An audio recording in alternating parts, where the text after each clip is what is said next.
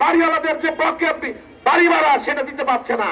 আজকে দোকানদার আজকে যে ওই যে মাছ দোকানে সদাই কিনেছে সেই দোকানের টাকা দিতে পরিশোধ করতে পারছে না।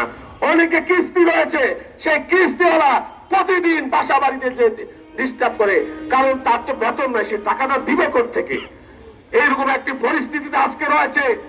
আজকে আমরা বলতে চাই এই মাস্টার গার্মেন্টসের শ্রমিকরা মানবতার জীবন যাপন করছে।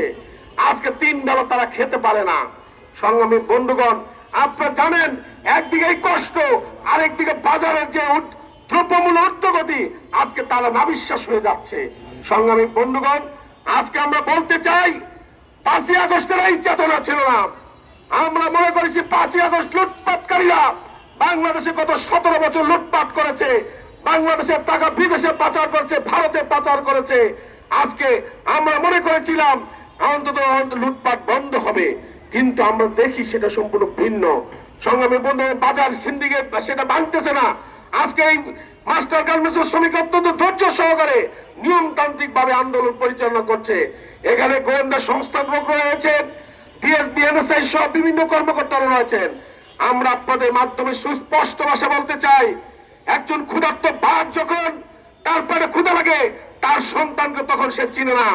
আমাদের গার্মেন্টস শ্রমিক ভাই বোনেরাও যদি ধৈর্যের বাদ দেখে যায় তাহলে কাউকে চিনবে না তারা।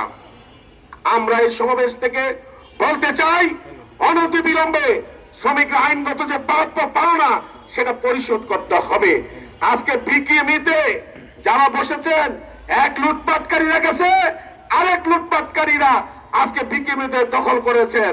আমরা বলবো, আপনাদেরকে বলবো, আপনার শ্রমিকদের কিনা প্রাপ্য পাওনা দিয়ে দেন।